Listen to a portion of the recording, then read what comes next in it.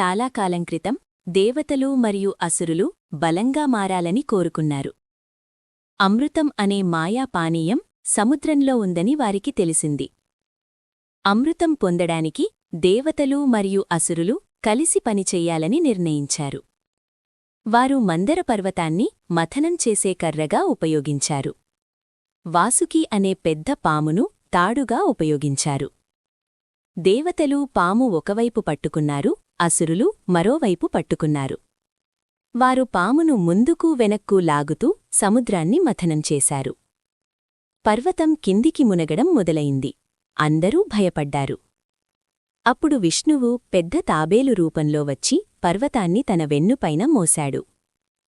మథనం కొనసాగింది. సముద్రం నుంచి చాలా అద్భుతమైన వస్తువులు బయటకు వచ్చాయి. అందమైన రత్నాలు, మాయాజీవులు, లక్ష్మీదేవి బయటకు వచ్చారు. ఒక్కసారిగా ప్రమాదకరమైన విషం బయటకు వచ్చింది. ప్రపంచాన్ని కాపాడడానికి శివుడు ఆ విషాన్ని తాగాడు. చివరికి అమృతం బయటకు వచ్చింది. దేవతలు అమృతం తాగి శక్తివంతులయ్యారు. సముద్రమథన సమయంలో వచ్చిన హాలాహలాన్ని, విషం శివుడు మింగి దాని ప్రభావం లేకుండా రాత్రంతా జాగరణ చేసిన రోజు మహాశివరాత్రి అని చెబుతారు.